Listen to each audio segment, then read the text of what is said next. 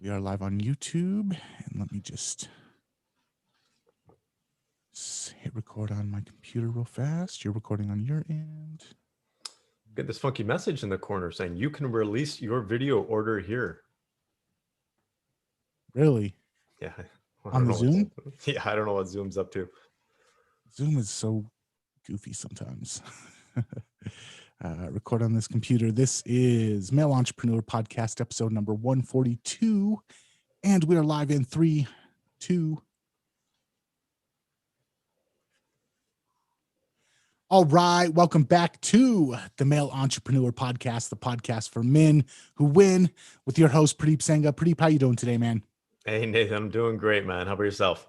I'm doing all right. We had a little bit of technical difficulty trying to get off the ground this morning, and that was frustrating. But other than that, I'm doing good, man. It was actually pretty funny for me because you sounded like a robot. I know. It was hilarious. I had a client call yesterday, and right in the middle of the call, my vocals went out, and they started laughing at me. And then when I got on the call with you, you were laughing at me. I'm like, oh man, it's doing it again. You had to see your face though, man. You were not happy. You were not impressed. Yeah, I was very frustrated. So sometimes technical difficulties happen, and yeah, it's frustrating. But I bet everybody out there right now, especially going through what the world's going through right now, we're probably all getting used to technical difficulties in business right now. Yeah, exactly. With everything that's happening, it's funny. It's there's a windstorm outside right now, so I'm just waiting for the power to go out or something to glitch. Oh my goodness. All right. We'll keep our fingers crossed and hope that our technical difficulties are out of the way for this morning at least. What do we got lined up for the listeners today?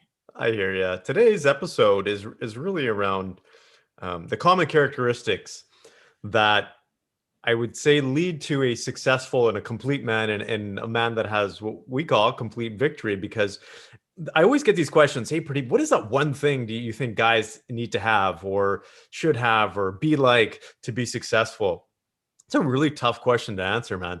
And throughout the years and throughout taking a look at everything, I do see one common pattern. So if I was to take a educated guess, and actually from my personal experience with coaching men, in terms of what that one thing is that really can shift a person into going from having an average life to having a super successful life, or from getting themselves out of the gutter to, being super happy with themselves, it really comes down to one thing, which is self-integrity.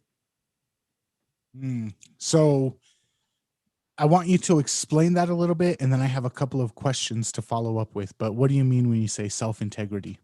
It's so simply put, you basically do what you tell yourself or say to yourself that you're going to do.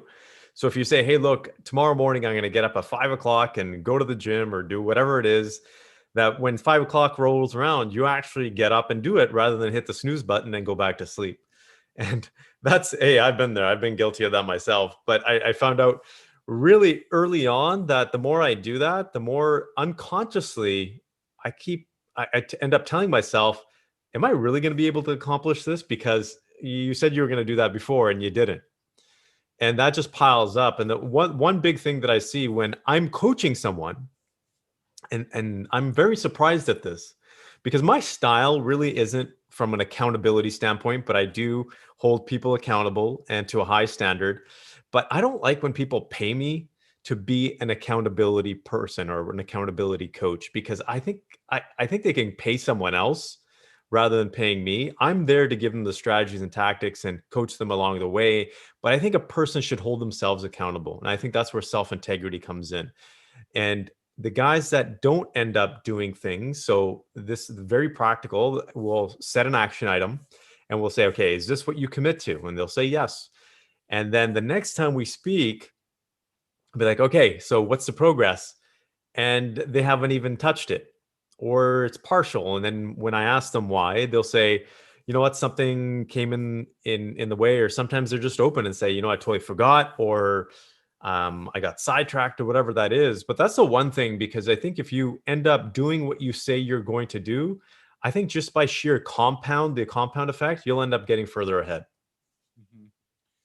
So one thing that comes up for me when I hear you say this, and I notice it a lot, maybe social media has made it even worse. But one of the things that I try to do for myself is when somebody does something that really frustrates me or just really pisses me off, before I like blow up on them, before I let it ruin my day, the first thing that I do is I stop and I say, is this something that I do? Is this something that I'm Mhm. guilty of?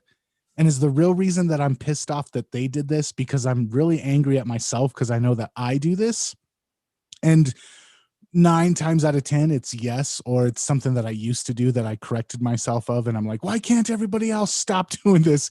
But a lot of times, I think that we hold other people to higher standards than we hold ourselves to. We get mad at other people for doing things that we do all Mhm. the time.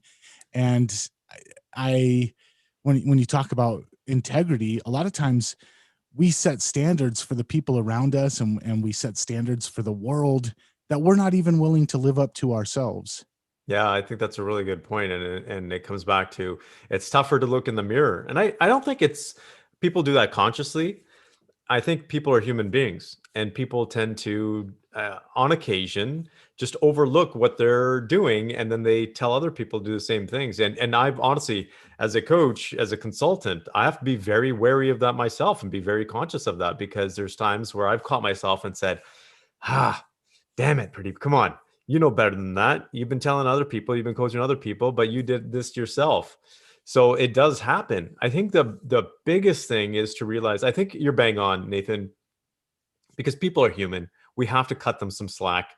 We have to understand that everybody does do the best they can with what they have. I think that's the one big thing is that we can't we can try to put ourselves in someone else's shoes, but we can't because we haven't been raised in that environment. Or even if we have, we're not in that person's brain, right? We don't know because everybody's brain works differently. Yes, fundamentally, we have the same, you can say, the way our cells fire and structurally, but we all have past experiences. We have different emotions. So we can't expect the other person to do the things exactly as you would do. And I honestly, I have to say, it's a tough lesson for me to learn in my relationship because I had to get over that, and because it was causing issues because I had held my wife to such high standards when her background was completely different.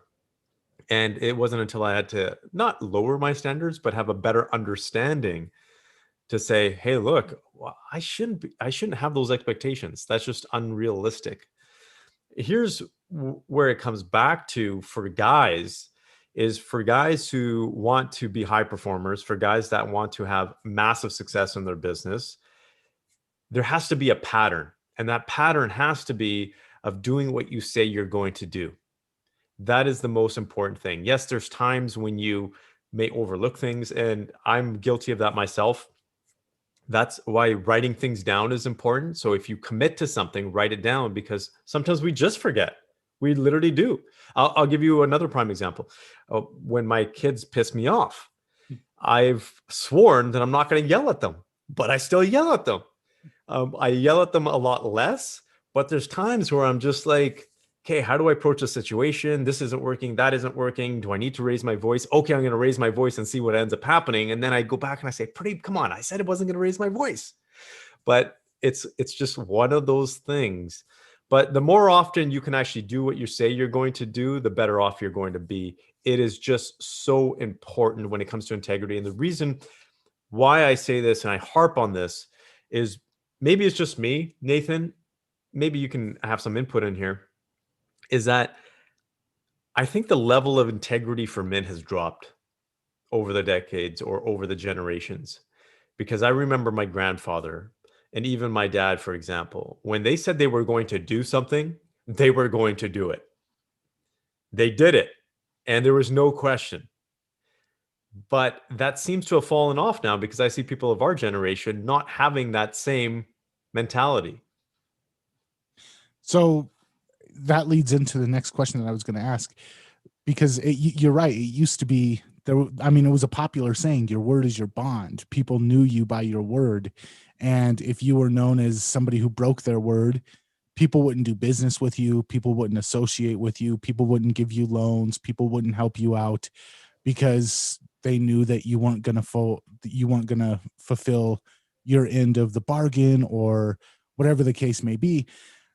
Um, I think though that we've maybe lost uh lost track of, or maybe we've just lost the importance of. And I want to ask you this question from two different points of view: having integrity versus not having integrity, how it impacts the way you view yourself, and also how it impacts the way your team views you, or the way your family views you, or the way your Mhm. spouse views you. So two things. Number one, not having integrity, how does it impact the way other people that are important to you view you?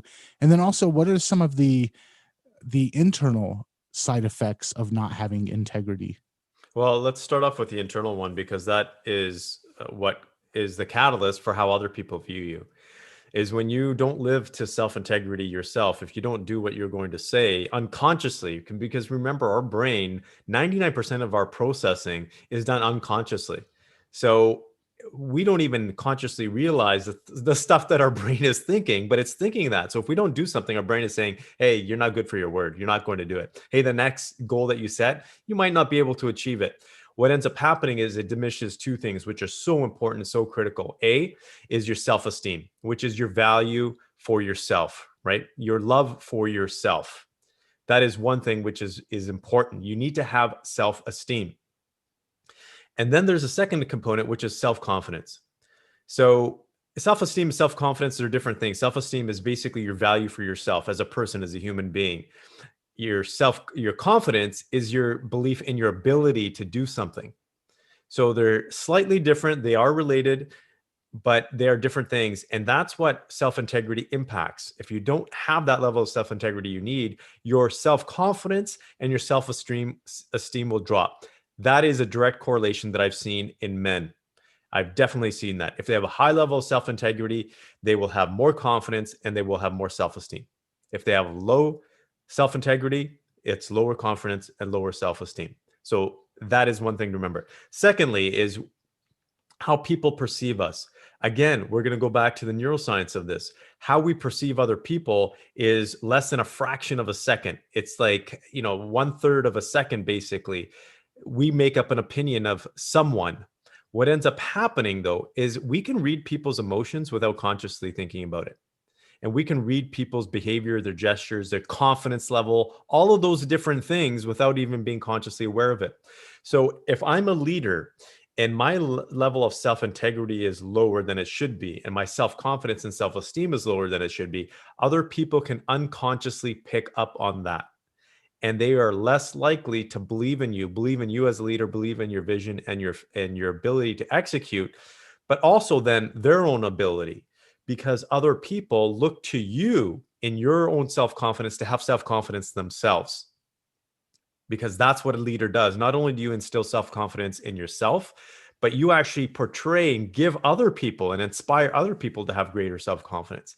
So there is a pyramid effect, a trickle down effect, you can say.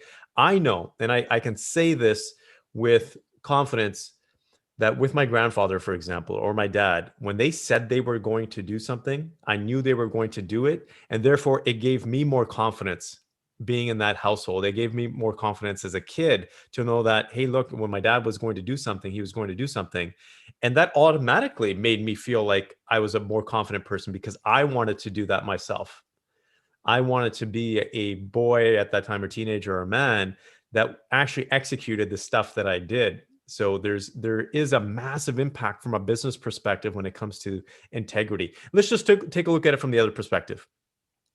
If we have a boss, or we have a leader, or whoever it is, an owner that we're working for, and they say they're going to do something but they don't, and I've had this a number of occasions in coaching people, is that their staff don't hold themselves accountable, because they're like, okay, he's not going to do it, why should I do it?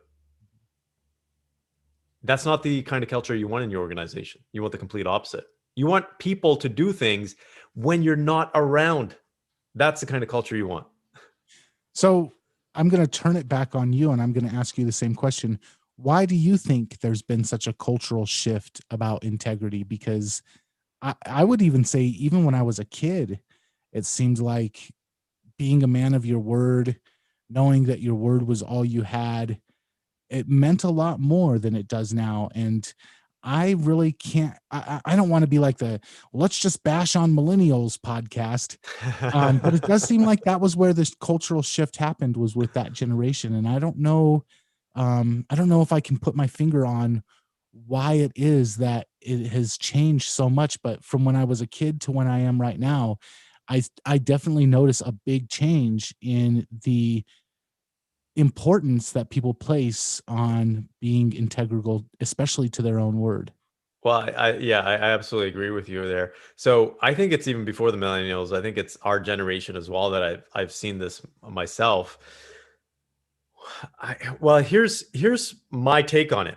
Is the social structure has changed quite significantly in communities. So if we take a look at family units as a whole, family units have massively disintegrated as a whole, because there's a single family parent or homes now, and you don't have the same extended family living with you, so the family unit has changed.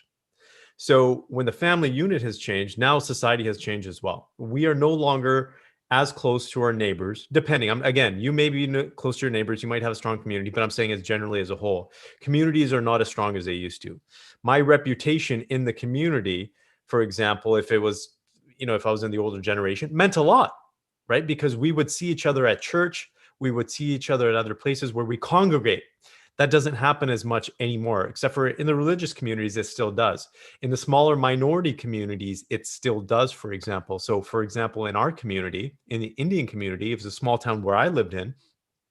I think that was a big pressure because there were a small number of Indian families that knew each other very closely, got together on a regular basis. So if your reputation was bad and you went to a place, there's nowhere else to go, right? Because everybody went to one place. But now the community has gotten to such a degree that, hey, look, I can go without seeing these people anymore. I can go hang out with this crowd if my reputation is bad. I think people have a lot more options now, and they don't care as much anymore. So I think it's a general take on society. Now, if we hammer on the other things that have happened when it comes to media and misinformation or just stuff being posted on the internet, I think we've gotten used to people slandering other people. I think we've gotten maybe thick skin to it. Oh, but it's funny. I want to share an example with you, Nathan. So, and I'm very transparent about this. When I connect with people on LinkedIn, I connect with them via email after, because because right now, especially with the book, I give them actually a free PDF of the book, and I say, thanks for connecting with me on LinkedIn. Here's a free copy. They can choose to do with it what they want. I don't follow up on any emails or whatever that is, but for the majority of time, let's just say 60% of the people don't respond because they're busy or whatever that is. They don't care. You'll have the rest, let's say 30, 35, 39% of the people will say, thank you. I appreciate this book. I appreciate this offer. I'm going to read it. I've had some great comments from guys saying, wow, I've read the introduction or the first few chapters. This is me exactly. I really want to go through this. So that makes my day. Then I had this one, I'm going to call him a dickhead, reached out to me the other day because my wife was sitting there and I was pissed. I opened up my email and this guy's like, da da da da da. Just because we connected on LinkedIn doesn't give you the right to email me. Okay, I get it. You're not the complete man. You're a sleazeball. Oh, And that pissed me off because I was just like, how dare this guy? Because it was hurting my reputation, right? Inside, it was kind of like my ego, but it was also my reputation because I'm like, hey, I'm giving you something. I'm not asking for anything in return. And I'm connecting with you genuinely because I like to converse with people. I really do. I respond personally. I get to know them personally. And I was like, this guy's and he doesn't know a single thing about me. So my first initial reaction was to be like, I'm going to email this mofo back and give him a couple of, bits and pieces for him to think about. But then I'm like, I'm not going to engage. Maybe he's having a bad day. I don't know his situation. Who cares? If I engage it, I'm just fueling the fire. I'm going to let it be because that's just negative energy I don't need. But, these are the kinds of things that end up happening because we're easily able to slander other people. And I think people just get used to it. If I was, and I'm just being open and honest, if someone in my neighbor came to me and said that, I'd be pissed. I'd go over there and say, what the hell is wrong with you? Like, you know what? We live in the same community, same neighborhood. Let's just have an open conversation. But because of the internet, it's so easy to do that. It's just so easy and it's so easy to ignore it. So long story short, I just think people just need to have some, not just common sense, but I think it's respect. Maybe that's what it is. Yeah, it brings up an interesting tangent, and we really don't have time to go down this rabbit hole, but we've talked on the podcast before about masks and how people will do things when they're wearing a mask that they wouldn't do when they're not Mm. wearing a mask, and they'll do things when they're hiding behind their keyboard that they wouldn't do if they weren't hiding behind their keyboard. And maybe that's one of those things where you got to look at yourself and be like, hey, is the person that is hiding behind the keyboard who I really am? Or is the person that I try to present myself when someone can punch me in the mouth for getting out of line who I really am? And you got to find integrity there as well. Man, we went all over the place on this podcast episode. Do you have any closing thoughts before we're out of here? Yeah, I would just say, if you really want to be that person, that guy, because I think we all want to perceive ourselves a certain way, and we all know when we are being that way, and we know when we're not. We can't fool ourselves. We try to, but we can't. The best thing to do is take a look at what you really want to commit yourself to and actually do it. If you can't do it, if you have questions about it, then just put it off to the side for now, right?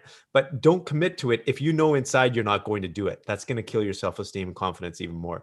Build up to it slowly, bit by bit. You will get there. You can absolutely build that self-integrity, or even if you have great self-integrity now, you can build it up even more. That is one characteristic that I can say will help you in every aspect of your life, your business, your relationship, you with yourself as well. That's pretty much it.